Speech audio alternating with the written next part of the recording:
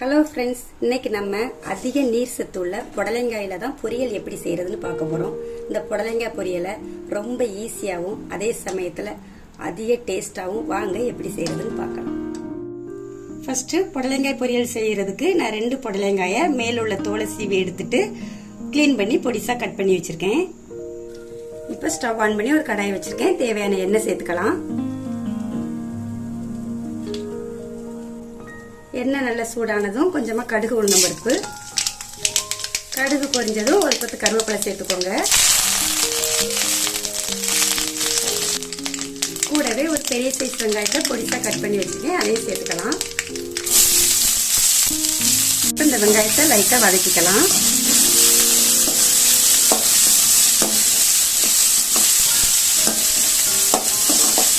இந்த மாதிரி கண்ணாடி பதம் வந்ததும் இப்ப நம்ம கட் பண்ணி வச்ச புடலங்காய் இது கூட சேர்த்துக்கலாம்.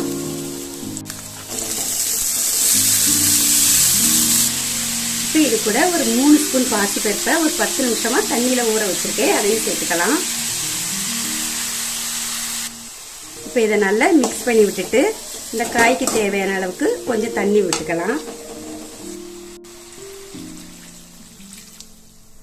கூடவே இந்த காய்க்கு தேவையான கொஞ்சமா உப்பு சேர்த்துக்கிறேன். எல்லாத்தையும் நல்லா மிக்ஸ் பண்ணி விட்டு ஒரு 10 நிமிஷத்துக்கு நல்லா வேக வச்சுக்கோங்க.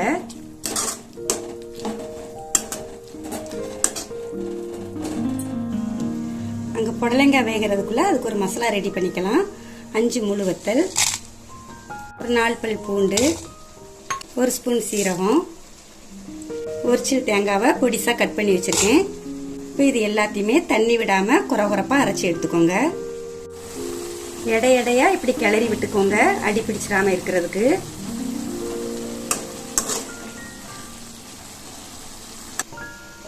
மசாலாவும் அரைச்சாச்சுங்க. இந்த அளவுக்கு குறகுறப்பா அரைச்சி எடுத்துக்கோங்க.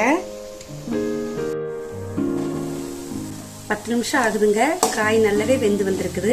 இப்ப இது கூட நம்ம அரைச்சி வச்ச மசாலாவும் சேர்த்துக்கலாம். இப்ப இதை நல்லா கலந்து விட்டுட்டு ஒரு 2 நிமிஷம் வேக வச்சாலே போதுங்க. அவ்வளவுதாங்க, காய் நல்லாவே வெந்துருச்சு. இப்ப ஸ்டவ் ஆஃப் பண்ணிடலாம்.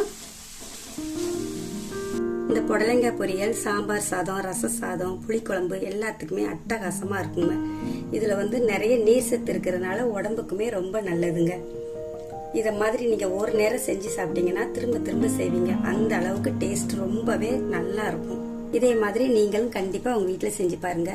இதே மாதிரி நிறைய வீடியோஸ்க்கு நம்ம சேனலை மறக்காம சப்ஸ்கிரைப் பண்ணிக்கோங்க. நன்றி.